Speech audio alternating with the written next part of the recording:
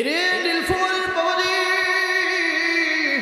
Please কোনো দিকে নজর নাই, দিন থাকলে দিনটা নরম করে দিবেন বন্ধুগণ। আমার ভাইরা আমার, আপনাদের সামনে বেশি লম্বা আলোচনা করার জন্য আমার টাইম থাকবে না, যেহেতু বাজার রাত্রি গভীর হয়ে যাইতেছে।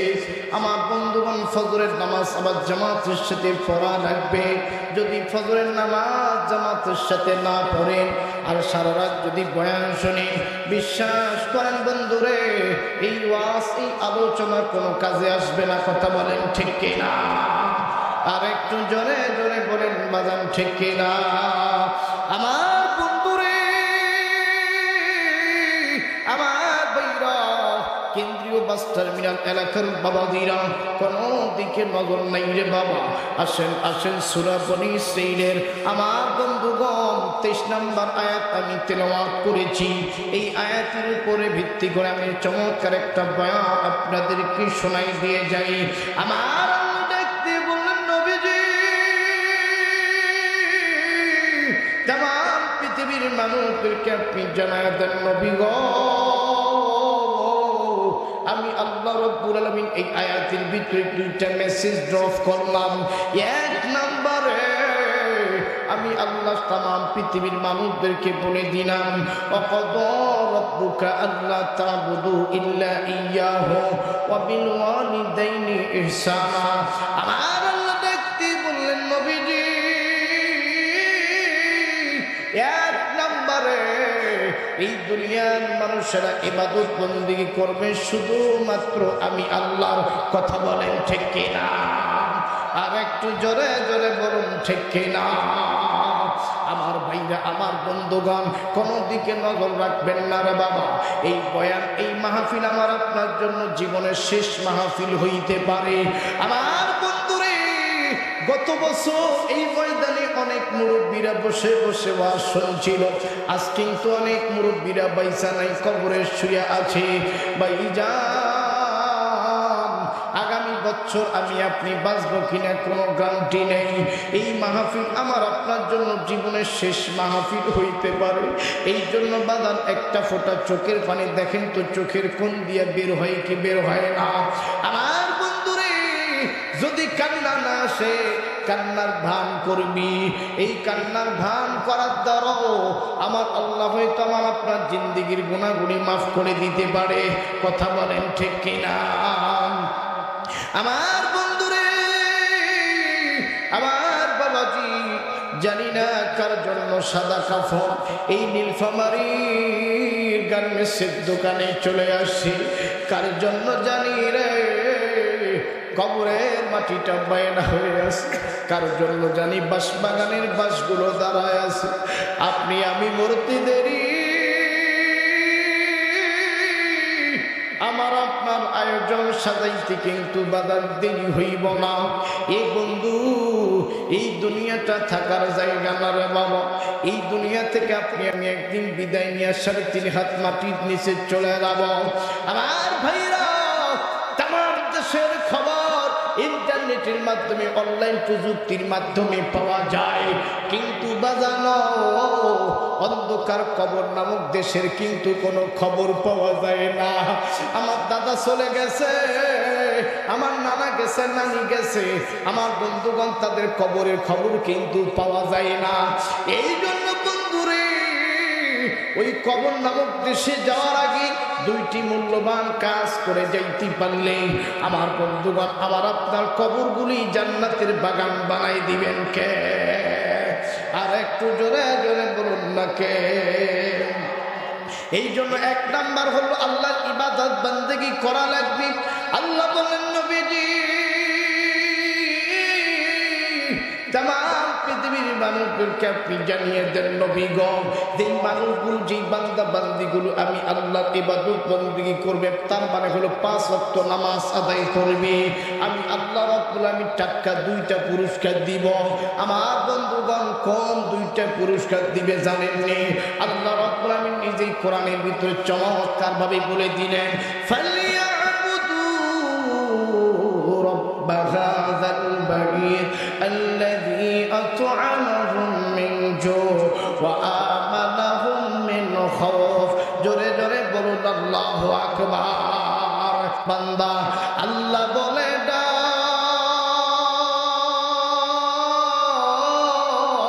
আল্লাহ বলে ডাকলে পড়ে তোমার আমার জিন্দিগির গুনাহ হইব মাফ। এরে নীলফামারীর জেলার বন্ধুগণ, অনেক বক্তার মুখে অনেক ওয়াজ শুনেছেন, আমি একটু ব্যতিক্রমী বক্তারা বাবা, আমি বাস্তবমুখী ওয়াজ করে থাকি। আজকে যুব সমাজ নষ্টের দিকে চলে গেছে। বর্তমান যুবকরা আল্লাহকে ভুলে গেছে, রাসূলের সুন্নাহ ভুলে গেছে। বর্তমান যুবক গাঁজাখোরের কাতারে চলে গেছে, মদ করিয়া বোখার ফেন্সিডি, আমার বন্ধুগণ মার্জিয়ান হিরোইন ইত্যাদি ইত্যাদি নেশাগ্রস্ত হয়ে গেছে। এরা যুবক বন্ধুরে,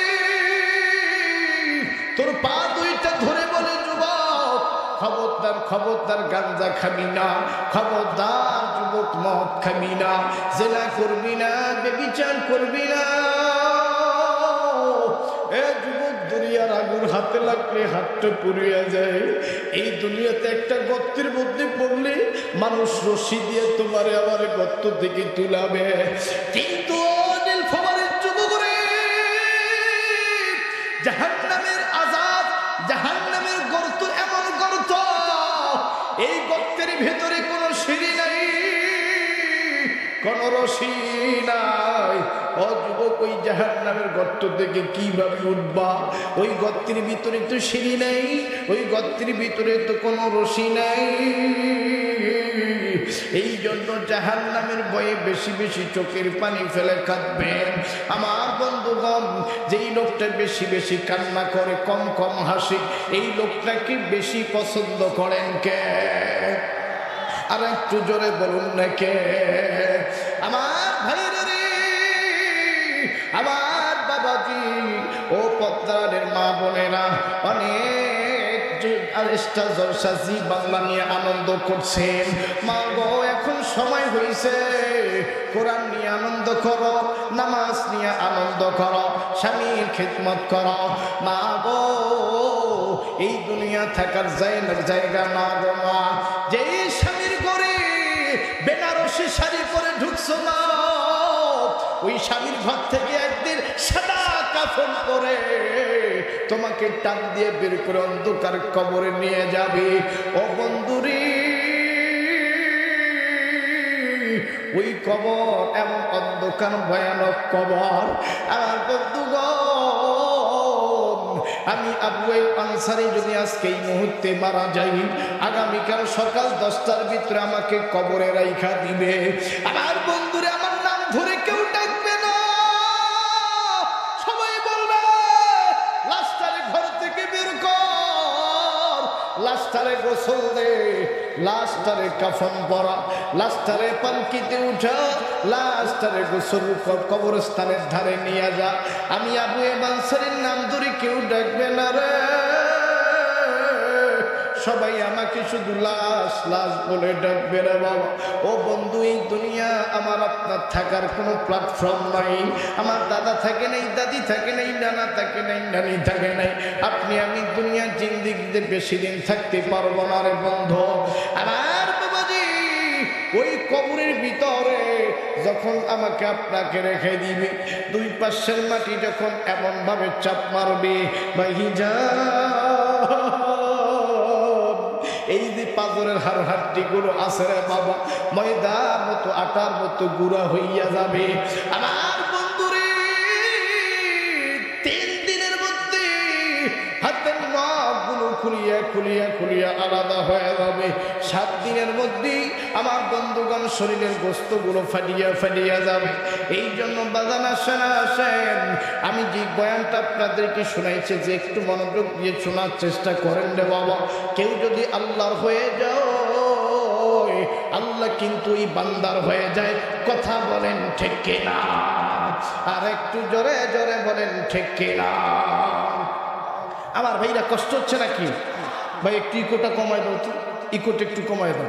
আমার ভাইরা কষ্ট হয়, তাহলে একটু কালেমা পরে প্রমাণ করেন কষ্ট হচ্ছে না। আল্লাহ ইলাহা, ইকোটা কমায় দাও। আল্লাহ ইলাহা, লা ইলাহা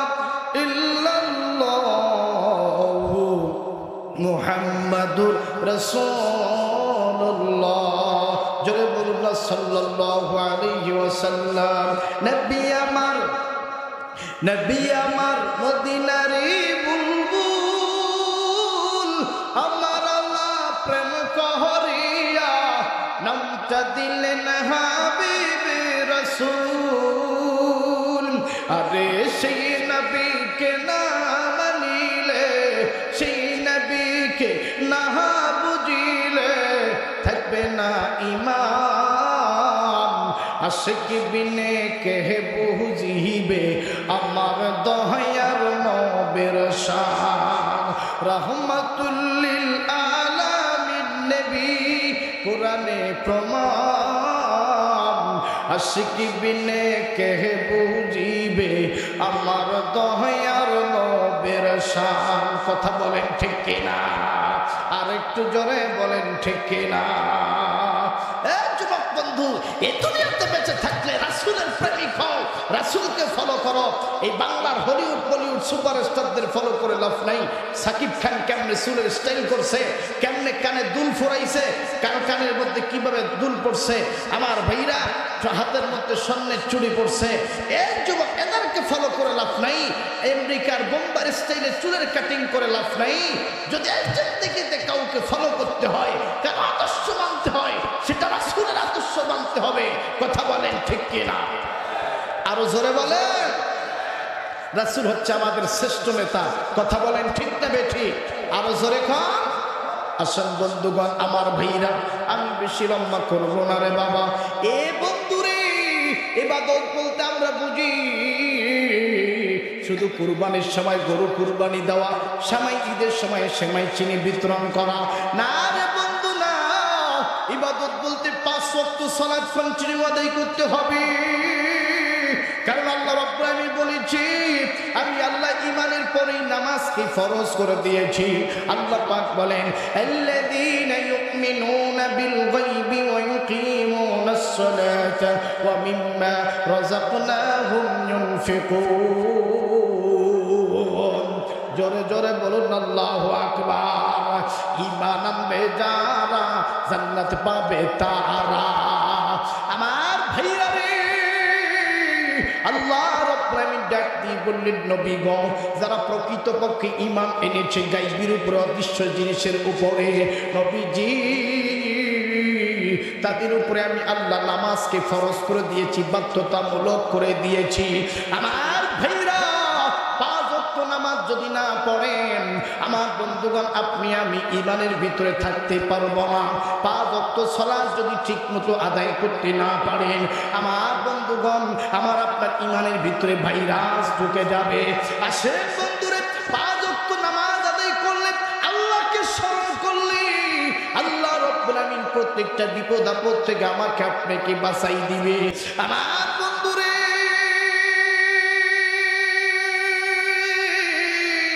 আমার বাবাজি, আমার বন্ধুগণ, দেখেন দেখেন, মারে কষ্ট দিলে কিন্তু কবরের শান্তিতে আপনি আমি থাকতে পারবো না। আমার বন্ধুগণ, দেখেন দেখেন, আমার ভাইরা রে, মা কত বড় নেয়ামত, মা কত বড় ধন তুমি আমি জানি। এই মা 10 মাস 10 দিন তোমারে আমারে পেটে ধরেছে। মা 10 মাস 10 দিন পেটে ধরেছে। মা তোমারে আমারে দুধ খাওয়াইছে। কথা বলেন ঠিক কিনা? মা কেন এত দামি জানে না সকলে, জানতো যদি পড়তো দেখে কোরআন হাদিস খুলে। একটি হজের সওয়াবে মিলে মাকে একবার দেখিলে, দেখিলে মা কেন এত দামি জানে না সকলে। 2 বছর পান করালেন মায়ের বুকের দুধ, কোলে পিঠে নিয়ে মা দিলেন কত সুখ। 2.5 বছর পান করালেন মায়ের বুকের দুধ, কোলে পিঠে নিয়ে মা দিলেন কত সুখ। আরে সেই মাকে কষ্ট দিলে আল্লাহর জান্নাত নাহি মিলে, নাহি মিলে। মা কেন এত দামি জানি না সকলে। কথা বলেন ঠিক না? নীলফামারীর যুবক ভাইরা, মাকে কষ্ট দিয়ে বাবাকে কষ্ট দিয়ে যদি 1000 আলেমদের কাছ থেকে নিজের দোয়ার পরিবর্তনের জন্য দোয়া করো, 1000 আলেমের দোয়া কবুল হতেও পারে, নাও হতে পারে। আমার বন্ধুগণ, মা বাবাকে কষ্ট দিয়ে যদি আমার বন্ধুগণ ওলামায়ে হক্কানি রব্বানীদের মুরিদ হয়ে যাও, আমার ভাইরা হয়তো দোয়া কবুল হতেও পারে, নাও হইতে পারে। কিন্তু তোমার আমার মা যদি আমার বন্ধুগণ ময়লা মিশ্রিত হাত দিয়ে কপা মাথার মধ্যে হাত বুলিয়ে দোয়া দেয়, বিশ্বাস করেন আল্লাহ আরশ পর্যন্ত পৌঁছে যাবে। কথা বলেন ঠিক কিনা? আজকে মা বাবারে ঠিক মতো খাইতে দেয় না, ভণ্ড পীরের দরবারে যায়, মা বাবাকে খাইতে দেয় না, মা বাবার সেবা যত্ন করে না, আর বাবার দরবারে যায় আমার বন্ধুগণ বিভিন্ন সমস্যা নিয়ে। কথা বলেন ঠিক কিনা? অনেক মহিলা দেখবেন বাবার দরবারে গিয়ে বাবার পা টিপের কয়, দয়াল গো আমার বাচ্চা হয় না, আমার স্বামী আমার ভাত কাপড় দেয় না, বাবা আপনি একটু কিছু করেন। কথা বলেন ঠিক না বেঠি? আরো জোরে কয়। বাবা তখন কয়, মোহনের আহালো বহর আহালো বাইরের আহালো নি বাবরে হো বাবা হো। কথা কয় না? আরো জোরে কন ঠিক না? কিছু কিছু মুরিদ আছে এত বড় বড় চুল, দাড়ি মোষ, বগলের লোম চড়ে গেছে কোমর পর্যন্ত। হ্যাঁ, দেখবেন কিছু ঢঙ্গিরে কায়দায় বাবার নামে গান গায়, ও বাবাই আমার, ও বাবাই আমার গোলাপের ফুল, বাবাই আমার নূরের পুতুল। নাউজুবিল্লাহ। এইরকম বাবার নিয়ে ঢং করে গান গায়। হ্যাঁ, আবার আগ্রসী যারা মুরিদ এদের আবার কি বিভিন্ন কায়দায় গান আছে, বিভিন্ন কায়দায় এরা গান গায়। বাবাকে নিয়ে কি সুন্দর একটা রঙিলা গান বের করছে, বাবার আঙ্গুলের কি গুয়ুন লাগলে সিনায় সিনায় আমার হইয়া যাই যে খুন। ওরে কান পাতিলে শুনতে পাবি, কান পাতিলে শুনতে পাবি, বাবার নামটি শোনা যায়। পাগল কইরাছে আমায় আটরসি বাবাই। জোরে কর নাউজুবিল্লাহ। আরো জোরে কর। দেখবেন বাস সকালবেলা যখন উঠে বাসটা স্টার্ট দেয়, আমার প্রিয় আমার বন্ধুগণ বিশেষ করে ড্রাইভার ভাইরা বিসমিল্লাহির রহমানির রহিম পড়ে বাস সকালবেলা স্টার্ট করে। কিন্তু এই ভণ্ড পীরের মুরিদরা বিসমিল্লাহির রহমানির রহিম পড়ে না। এটা কি কয় জানেন? ও বাবা, ও বাবা ভান্ডারি, তোমার নাম লইয়া আজি বাস সারসি, ওরে বাসের ভিতর বসাই আছি বাবা কান্ডারি, তোমার নাম লইয়া আজি বাস সারসি। আরে নাউজুবিল্লাহ। এই জন্য আইনুদ্দিনের আজাদ গান গাইছে, গিরগিরিয়ার মাজার পূজা চলছে দেশটা জোরিয়া, শিরক বেদাত ভণ্ডামিতে দেশটা গেছে আজ ভরিয়া, গাজার কলকি টান মারিয়া, গাজার কলকি টান মারিয়া, হইছে মাতাল শিক্ষিত শয়তান ওরা। যে লোকটা মুখ লড়াবে না মনে করুন নির্ঘাত ওই লোকটা ওই গ্রুপের লোক, শিক্ষিত শয়তান ওরা। কথা বলেন ঠিক কিনা? দেখবেন এরা গাজার কলকি টানে আর কয় শরীয়তের মোল্লারা কি বুঝে, এই শরীয়তের মোল্লারা কি জানে, এই শরীয়তের মোল্লারা তো কিছুই জানে না। আমরা মারুফতি মোল্লা, আমরা গাঁজা খাই, এটা আমাদের ধর্মীয় কিতাবে জায়েজ আছে। কিরকম জায়েজ? গান যাবার গান, ঝা যাবার যা, গাঁজা খা যাবার খা, গাঁজা খা।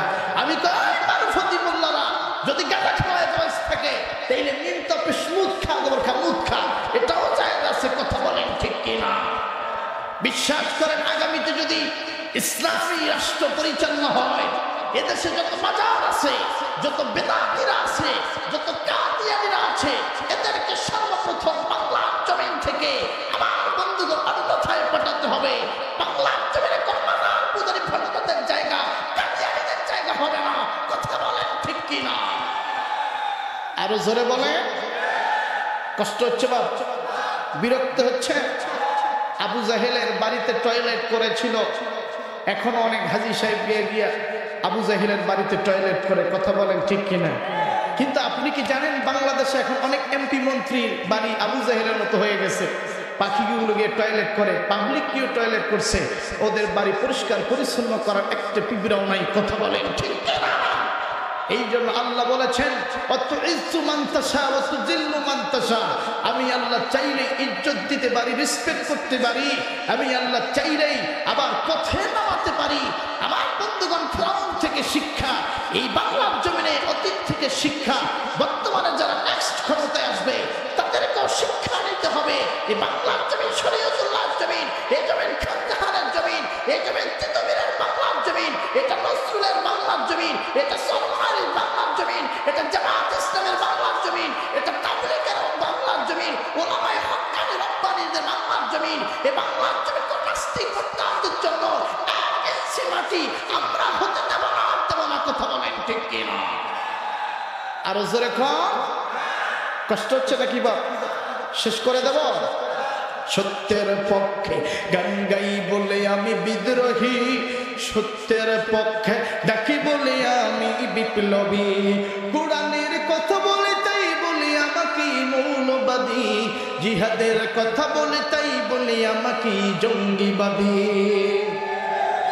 আমি বিদ্রোহী, বিপ্লবী, মৌলবাদী, কেন জঙ্গিবাদী? ঠিক আর জোরে কম। জন্মের পরে কানে আজান কি দেয়নি, তুমি মৌলবাদী সামহনি। কথা বলেন ঠিক কিনা? আবার মরণের পরে জানাজা পড়াবে, তখন কোথায় পালিয়ে যাবি? আমি বিদ্রোহী, বিপ্লবী, মৌলবাদী, কেন জঙ্গিবাদী? বেহিয়া নারীর এই কেমন কথা, পর্দার কথা বলি মাথা ব্যথা। এই যে আমরা তো ঢাকায় থাকি, শাহবাগে কিছু মহিলা এসে লম্বা লম্বা লাল টিপ দিয়ে বলছিল, এই মৌলবীদের অত্যাচারে আমরা সমাজে টিকতে পারতেছি না, এই মৌলবীরা ভালো না, এই মৌলবীদের ধর্মের রাজাকার। কথা বলেন ঠিক কিনা? এই শাহবাগের মধ্যে মহিলারা আমাদের বিরুদ্ধে স্লোগান দিয়েছিল, ওলামাদের বিরুদ্ধে স্লোগান দিয়েছিল, তারা সমকামিতাকে প্রমোট করে এদেশে বাস্তবায়ন, এক ধরনের এজেন্ট বাস্তবায়ন করতে চেয়েছিল। আজকে আমার বন্ধুগণ, সময়ের পালা বদলে ওই সমস্ত মহিলারা এখন বোরকা পরে আছে, তাদের আর দেখা যায় না, যেগুলো টেলিভিশন মার্কার মহিলা ছিল। কথা বলেন ঠিক কিনা? আরো জোরে কম। হ্যাঁ, নারীরা কত সুন্দর পর্দা করতো আগে। এই যে পর্দার ওয়াজ করতে করতে অনেক বক্তা হার্ট স্ট্রোক করে মারা গেছে, অনেক বক্তা ব্রেন স্ট্রোক করে মারা গেছে। এই কয়েকদিন আগে দেখলাম গাইবান্ধা বগুড়ার এক বক্তা ইব্রাহিম খলিল বিক্রমপুরী ভাই দিনে ওয়াজ করলো, রাতে গিয়ে মরে গেছে গা, আল্লাহ তারা নিয়ে নিছে। এই বক্তাও তো মহিলাদের পর্দার ওয়াজ করছে। পর্দার ওয়াজ করতে করতে বক্তারা, আমার ভাইরা স্ট্রোক করে মারা গেছে। বক্তারা কিন্তু বাদাম বড় বড় রোগে মারা যায়। কারণ কি জানেন? এই যে ওয়াজ করতে করতে নার্সটা কিন্তু সবসময় রানিং থাকে। আপনাদের নার্স কিন্তু রানিং, আমার স্টপ আছে, স্লো আছে, আপনাদের লাশ কিন্তু চলতেছে না। আমাদের প্রতিদিন কথা বলা লাগে। এই কলকবজাগুলো অনেক সমস্যা হয় শেষ বয়সে। কথা বলেন ঠিক কিনা? আমার ভাইরা দেখবেন এইরকম করে কি সুন্দর করে আগের নারীরা, হ্যাঁ, যুদ্ধের আগে অথবা যুদ্ধের পরে নারীদের ঘোমটাটা ঠিক এইরকম ছিল। কোনো পুরুষ যখন রাস্তা দিয়ে হেঁটে যেত, তখন মহিলারা কি সুন্দর করে ঘরে কোণে বলতো, এই পুরুষ মানুষ যাইতেছে, লুকিয়ে রাখো, লুকিয়ে পড়ো, লুকিয়ে পড়ো। কথা বলে। কিন্তু এখন নারীরা আর লুকিয়ে থাকে না। যখন হইল 2016, আস্তে করে ওড়নাটা খোলো। আরে কথা কয় না, কথা কয় না। এরপর ওড়নাটা এইরকম করে দিল বেটিরা, দিতে দিতে এখন আর ভালো লাগে না। তারপর কি করলো? ওড়নাটা এইরকম করে পেঁচায় রশি বানায় এইরকম করে দিছিল। কথা বলে। এখন মনে মনে কয় অনেক মেয়েরা, আমি তো বড় লোকের বেটি, আমার বাপ হাই লেভেলের মানুষ, আমার মাও হাই ফ্যামিলির লোক, তা আমি কেন আর ওড়না পরবো? ওড়না ছাড়াই চলবো। কথা কয় না? আরো জোরে কম ঠিক কিনা? এখন হাই ফ্যামিলির লোক হাই হিল পায়ে দিছে, আবার মেকআপ শেকআপ করছে। যেই মেয়ের চেহারা একটু সুন্দর হয়, একটু মিলাই দেখবেন, যেই মেয়েটার চেহারা একটু সুন্দর, সে আয়নায় দাঁড়িয়ে একবার চুল এই পাশে, ওই চুলটাই আবার হচ্ছে না, তো এই পাশে দিচ্ছে। কিন্তু যে মেয়েগুলো একটু কালো থাকে, এরা কিন্তু আর সাজে না। কথা কয় না? যে মেয়েগুলো কালো, এরা কিন্তু আর সাজে না, এরা একটা বরকা পরে হয়ে যায়। কথা বলে। একটু যদি চেহারা সুন্দর হয়, মেকআপ শেকআপ আশকারা মাস্কারা যা আছে সব মুখের মধ্যে লাগাইয়া হাই রোটে চলতেছে, হাই হিল পায়ে দিয়া, দেখবেন যেই মেয়ে আকারে ছোট, সে কিন্তু আমার ভাইরা বড় হিল খুঁজে। কথা বলেন ঠিক কিনা? তাই বলে আমি এই বাস টার্মিনাল মা বোনদের বিরুদ্ধে ওয়াজ করতে আসি নাই, আমি অন্য জেলার মা বোনদের কথা বলতেছি। আমার ভাইরা, এই মহিলার হাই হিল পায়ে দিয়ে হাই রোডে চলছে, বলছে বাসন্তী শাড়ি, নিজেকে ভাবে ডানা কাটা পরি, হাতের দিকে তাকালে মোটা মোটা ঘড়ি, পায়ের তলায় 26.5 ইঞ্চি হিল, মুখের দিকে তাকালে করে খিলখিল, হাঁটলে শব্দ হয় সটান সটান, ফিট লেগে পড়ে গেলে হইয়া যায় সিট পাটা। আরে কথা বলেন, কথা বলেন। আগে নারীরা স্বামীর সাথে কি সুন্দর মহব্বতের কায়দায় কথা বলতো, কিন্তু বর্তমান যুগের নারীরা স্বামীর সাথে মিষ্টি রস নিয়ে কথা কয় না। কার সাথে বলে? গার্মেন্টসের দোকানে গেছে নীলফামারী মার্কেটে কাপড় কিনতে, দেখবেন গার্মেন্টসের দোকানে বসে, অথবা সৈয়দপুর প্লাজা গিয়ে গার্মেন্টসের দোকানে বসে কি সুন্দর মিষ্টি কায়দায় খায়, ভাইয়া ভাইয়া আমাকে একটা সুন্দর 3 পিস দেখান, কথা কন। তখন ওই দোকানদার ভাই আবার দেখবেন কি ভাবসাপ নিয়ে, ও ভাবি বসেন, আমি সিঙ্গাপুরের লেটেস্ট কালেকশন আপনার জন্য নিয়ে এসেছি, আপনাকে না এই শাড়িটা দারুণ মানাবে। আরে কথা বলেন ঠিক কিনা? যখন ভাই একটু মিষ্টি সুরে পেয়েছে, ভাই ভাবি এটা আপনাকে দারুণ মানাবে, তখন ভাবি একটা মুচকি হাসি দিছে, কথা বলেন ঠিক কিনা? আর এইদিকে স্বামী এত সুন্দর সুন্দর কথা বলে, স্বামীর সাথে খালি ট্যাঙ্গা ট্যাঙ্গা কথা আছে না? আরো জোরে কথা আছে না? অনেক বুড়া বুড়ির মহব্বত নাই, কথা বলে। বুড়া কয়, এই বুড়ি আমার পানের না গুঁড়াটা একটু পিসা দেয়, বুড়িকে হ্যাঁ ভালো করছে, তুমি নিজে পিসা খাও, কথা বলেন ঠিক কিনা? আর ওই রাস্তার কোনারে 4-5টা মহিলা বসে গল্প করতেছে, ওই জায়গায় বসে ঘন্টার পর ঘন্টা গল্প করতেছে, ওই জায়গায় সময় যায় না, কথা বলেন ঠিক কিনা? আরো জোরে বলেন ঠিক কিনা? এখনকার যুগের ছেলেরা আগেকে বাবাকে বাবা কইতো, এখন আর বাবা কয় না। আমরা ঢাকায় থাকি, বিভিন্ন শহরে যাই, বড়লোক ফ্যামিলিতে থাকি, আমার কয় হুজুর আগে তো আমরা বাবা কইতাম, এখন আর বাবা কই না, বাবা থেকে হয়ে গেলো আব্বু, আব্বু থেকে হয়ে গেছে ডেডি, এখন আর ডেডি কয় না বড় লোকের বেটিরা, বড় লোকের ছেলেরা আর বাবাকে ডেডি করে, হাই বাপ্পি, কি কয়, hi Bappi, how are you, কথা বলেন ঠিক কিনা? বাবা কইতেছে হাই হাই বাপ্পি। আগে মাকে কি সুন্দর মা বলতো, মা থেকে হয়ে গেল আম্মু, তারপর হয়ে গেছে মাম্মি, এখন আর মাম্মি করে কয় হাই মম, কথা বলেন, কথা বলেন। এখন ছেলেমেয়েরা বাবারে ডাকে বাপ্পি আর মারে কয় মম। এখন বড় লোকের বউরা, যারা বড় বড় বড় বড় টাকাওয়ালা শিল্পপতি, এদের স্ত্রীরা দেখবেন স্বামীকে মাঝে মাঝে স্বামী কয় না, কি কয় জানেন? কিরকম? মনে করেন স্বামী একটা জায়গায় অনুষ্ঠানে যাবে, স্বামী কইতে যায় সকিনের আম্মু তাড়াতাড়ি বের হও, সময় হাতে নাই, খুব দ্রুত যাওয়া লাগবে। তখন ওই মহিলাটা কি সুন্দর করে কায়দায় ঘরের মধ্যে কাপড় গুছাইতেছে, স্বাস্থ্য স্যার কয় আমি তো আসতেছি বাবা, আমার একটু শাস্তি দেন, আমি তো আসতেছি বাবা, কথা বলে। স্বামীরে কি কয়? আসতেছি বাবা, কথা বলেন ঠিক কিনা? ও মা, স্বামীরে মজা ছেলেও বাবা কোয়া যাইব না। অনেক মহিলা কয় এই তো টেবিলে খানা দিছি, খাও না বাবা, কথা বলে। স্বামীকে বাবা বলা যাবে? স্বামীকে স্বামী বলতে হবে, কথা বলেন ঠিক কিনা? স্বামীর সাথে মহব্বত করবেন, স্বামীকে ভালোবাসবেন, স্বামী দূর থেকে আসলে স্বামীর কপালে চুম্বন দিবেন, এইটা রাসূলের সুন্নাত, কথা বলেন ঠিক কিনা? যুবক, গার্লফ্রেন্ডকে নিয়ে পার্কে গেছো, গার্লফ্রেন্ডের হাত ধরে টিপাটিপি করছো, এটার মধ্যে জেনার গুনাহ লেখা হয়, কিন্তু নিজের বাড়িতে যদি বিবি থাকে, বিবির হাতটা ধরে যদি এইরকম একটা সিমটি মারেন, এটাও সুন্নাত, কথা বলেন ঠিক কিনা? বিবির গাল ধরে টানেন, এটা সুন্নাত। বিবির কপালে চুম্বন করেন, এটা সুন্নাত, কথা বলেন ঠিক কিনা? আর মেয়েদের অন্য মেয়ে মহিলার দিকে তাকানো, এটা কবিরা গুনাহ, কথা বলেন ঠিক কিনা? আরো জোরে কর। এই জন্য আমি আমার মা বোনদের উদ্দেশ্যে একটা বয়ান দিয়ে যাই রে বাবা। ওইদিকে 2টা যুবক, আমার বন্ধুগণ, এক যুবকের দোয়া শেষ, আরেকটা যুবকের দোয়া রানিং চলতেছে। এইদিকে মা বোনদের আলোচনাটা শেষ করে দেয়, মা বোনদেরকে একটা মেসেজ দিয়ে যাই, মা গো আপনি জীবনে বেঁচে থাকতে স্বামীর খেদমত করবেন, স্বামীর সেবা যত্ন করবেন। স্বামী যদি আপনার উপরে রাজি খুশি থাকে, আল্লাহ আপনার কবরখানে জান্নাতের বাগান বানিয়ে দিবে, বলুন না সুবহানাল্লাহ। আমার আল্লাহ বলেন করনা ফি বুয়ুতিকুন্না ওয়ালা তাবাররুজনা তাবাররুজাল জাহিলিয়াতিল উলা। ও নারীরা রে, তোমরা জাহিলি যুগের মতো চলাফেরা করবা না। আসেন মা বোন, আল্লাহ নবীর বিবি আম্মা জান খাদিজা রাদিয়াল্লাহু তাআলা আনহা, আল্লাহর নবী মুহাম্মদ রে কত প্রেম করতেন, ভালোবাসতেন। জানেন কি মা নবীর বিবি খাদিজার মতো যদি আদর্শ গ্রহণ করতে পারো, আল্লাহর নবীর বিবি খাদিজা যেই দিন মারা যাবে তার আগের দিন রাতে ডাক দিয়ে কই স্বামী গো, ও নবী মুহাম্মদ, আমি তোমার বিবি খাদিজা, আমি আপনার থেকে বয়সে 15 বছর বড়, আপনি আমার 15 বছর ছোট, কিন্তু স্বামী আমি আপনার কাছে কিছু চাই নাই, আমি আপনার কাছে কোনো অলংকার কাপড় চাই নাই।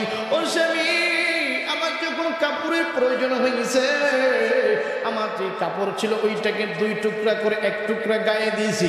ও স্বামী, আমি আপনার কাছে কোনো আবদার করি নাই, কিন্তু স্বামী আমি মরার আগে আপনার কাছে কয়েকটা জিনিস আবদার করতে যাই। আমার নবী ডাক দিয়ে বললেন, খাদিজা রে, বলো বলো কি বলতে চাও? ডাক দিয়ে কই স্বামী গো, আমি যখন মরে যাব আপনার যেই মেসওয়াক থাকবে মেসওয়াক দিয়ে আমার মেসওয়াক বানাই দিবেন, আপনার মুখে যেই খাবার থাকবে এই খাবারটুকু আমার মুখে ঢুকিয়ে দিবেন, আপনার জুব্বাটারে আমার শরীরের কাপড় বানাই দিবেন, আপনার পাগড়ি দিয়ে আমার সিনা বান্ধিবেন, যা যা লাগে আপনি করে দিবেন। ও বন্ধুরে, এই কথা বলার সঙ্গে সঙ্গে নবীজি আমার গুনগুন গুনগুন করে কান্দে। নবী আমার ডাক দিয়ে বলেন, খাদিজা কেন তুমি এই কথা হঠাৎ বললা? ডাক দিয়ে বলেন, স্বামী গো, আমার দিল ডাকতেছে, আমি বুঝি আর বেশিক্ষণ বাঁচব না। আমার বন্ধুরে, ওই কথা ওই কাজ আম্মাজান খাদিজা দুনিয়া থেকে বিদায় নিয়ে চলে গেল। আল্লাহর নবীর প্রথম বিবি খাদিজা একদিন আমার নবী যায় নামাজ বিছিয়া নামাজ পড়ে খালি গুনগুন গুনগুন করে কান্দে। আয়েশা ডাকতে কই, নবী আপনাকে তো এত জোরে কাঁদতে দেখি না, আপনাকে তো এত দাড়ি মোবারক ভিজিয়ে ভিজিয়ে কাঁদতে দেখি না। আমার নবী ডাকতে বলেন, বিবি আয়েশা রে, আমি কান্দি কেন জানো নি? কিয়ামতের ময়দানে বাপ সন্তানকে চিনবে না, সন্তান বাবারে চিনবে না, বিবি স্বামীকে চিনবে না, স্বামী বিবিকে চিনবে না। আমি নবী কান্দি আর দোয়া করি, আল্লাহ গো, যেদিন কেউ কাউকে চিনবে না, আমি নবী যেন আমার বিবি খাদিজারে চিনতে পারি। ও মা, দেখেন দেখেন স্বামী স্ত্রী মোহব্বত কারে কয়। আমার নবী খাদিজার পাগল, খাদিজাও ছিল আমার নবীজির পাগল। ইমান যখন আম্মাজান খাদিজা দুনিয়া থেকে বিদায় নিয়ে চলে গেল, আমার বন্ধুগণ, আমার ভাইরারে, আর বেশি লম্বা নয়, মক্কা মদিনার আজান আমি আপনাদেরকে মিষ্টি কণ্ঠে শোনাবো। মক্কার ইমাম আব্দুর রহমান আস-সুদাইস কিভাবে কোরআন তেলাওয়াত করে আজকে আমি আপনাদেরকে চমৎকার কণ্ঠে শোনাই দিয়ে যাব। আসেন বন্ধুরে, এইবার আম্মাজান খাদিজা ডাক দিয়ে বলেন, নবী গো, আমি মরে গেলে আপনি এই কাজগুলো করবেন। এইবার যখন খাদিজা মারা গেছে, জায়েদ কান্দে, উম্মে কুলসুম কান্দে, উম্মে রুকাইয়া কান্দে, ফাতিমা কান্দে, সবাই কান্দে রে মানা। ও বন্ধু, আমার নবীজিও কান্দে। ওই সময় তো জানাজা ছিল না, আমার নবীজি খাদিজারে কোলে করে লইয়া নিজে যখন কবরে নামাইছে, কবরে যখন মাটিটা দিয়ে দিলেন, মাটি দেওয়ার পর এইবার খাদিজা কবরের ভিতরে, আমার বন্ধুগণ, নবীজি কবরের পাশ থেকে উঠে যায় না, নবীজি কবরের পাশে বসে বসে কান্দে আর ডাক দিয়ে কয়, মালিক আমি কোন খাদিজাকে কবরে রাখছি জানো নি?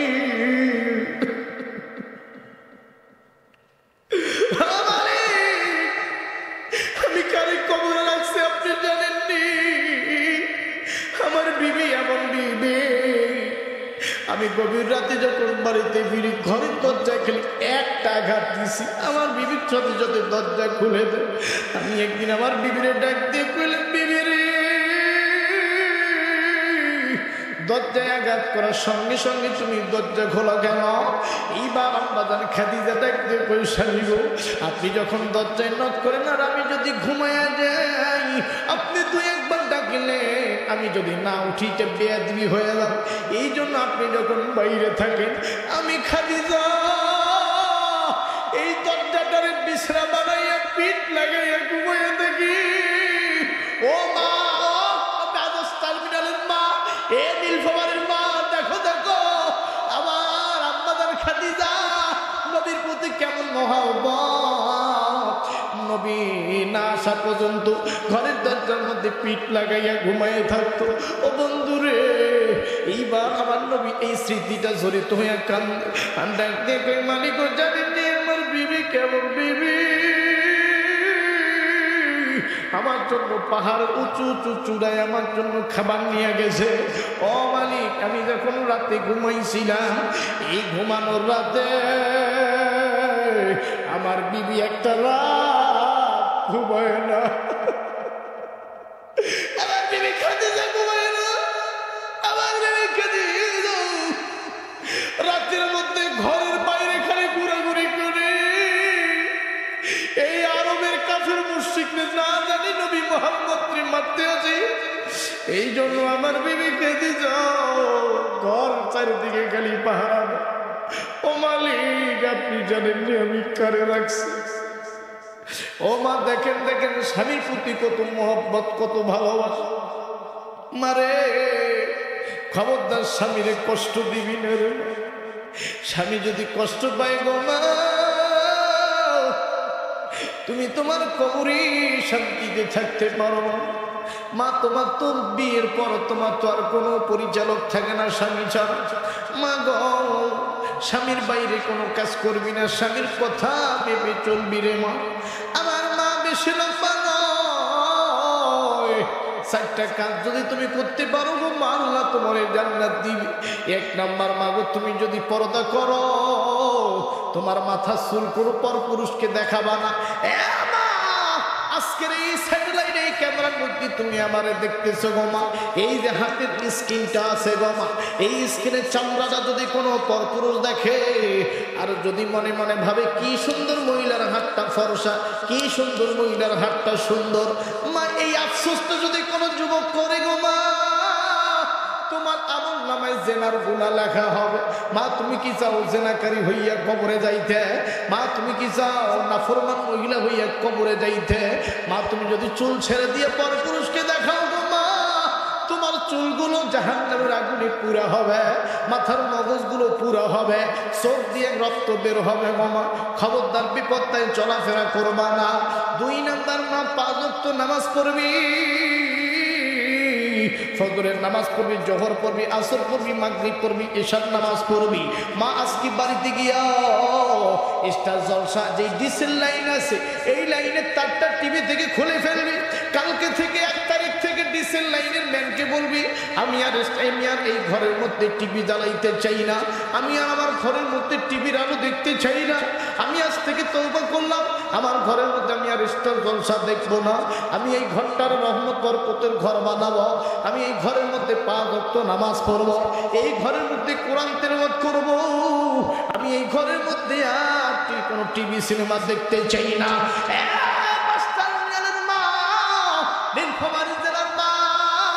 যেই ঘরের মধ্যে টিভি চলে, যেই ঘরের মধ্যে স্টার জলসা জি বাংলা চলে, ভারতের সিরিয়াল চলে, মা খাতা কলম থাকলে লিখে নে, মোবাইল থাকলে রেকর্ড করে নে, কানগুলো খোলা করে মা সব।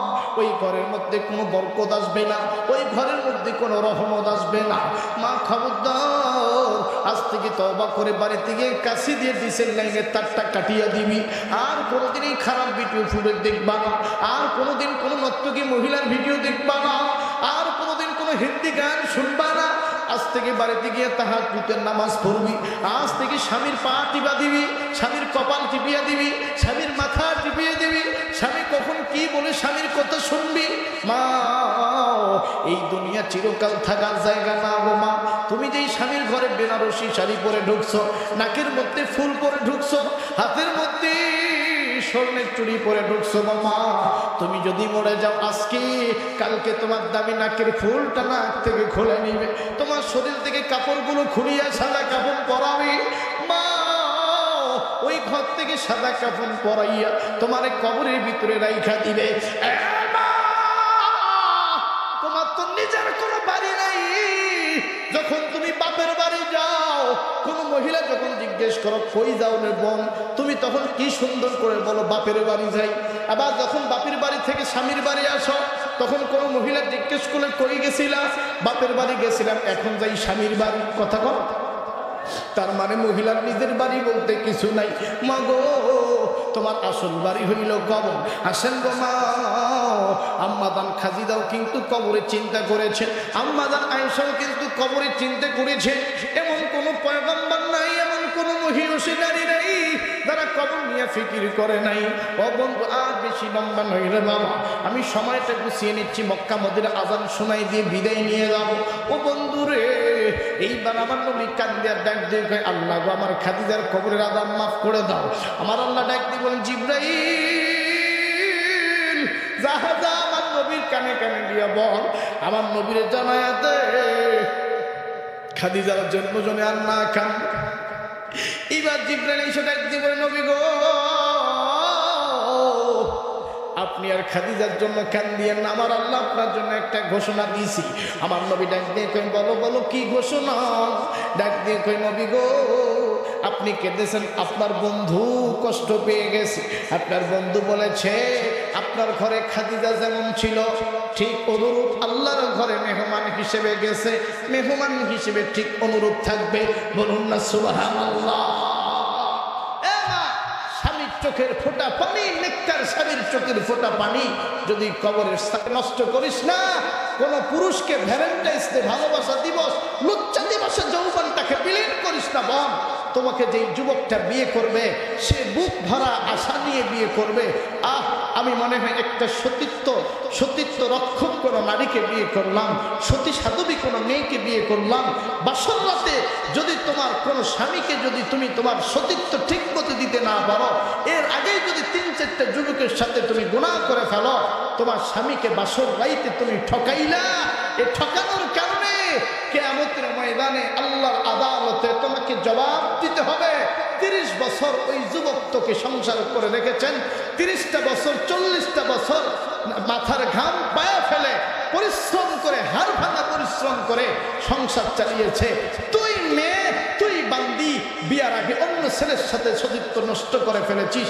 এই আমার অবলা সবলা বান্দাটাকে তুই ঠকাইছস। এই তোর জেনার গুনাহ, এই জুলুমের গুনাহ, এই পাপের গুনাহ নিয়ে তুই জাহান্নামে যা। তোর মতো বান্দির দরকার নাই। কথা বলেন ঠিক কিনা? এই জন্য বিয়ার আগে মা, সতীত্বটা একটা মারাত্মক জিনিস।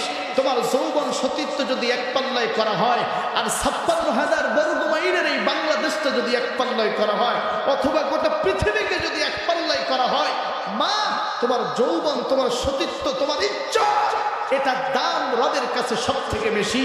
এমনকি একটা পুরুষের কাছে তোমার সতীত্বের দাম অনেক বেশি। এই জন্য বোন, এই সতীত্ব কোনো ভুলভাল প্রেমের ফাঁদে পড়ে তোমার সোনার যৌবনটাকে খবরদার নষ্ট করবা না। তোমার সাথে প্রেম করার জন্য যুবক 4টা হাতিয়ার ব্যবহার করে।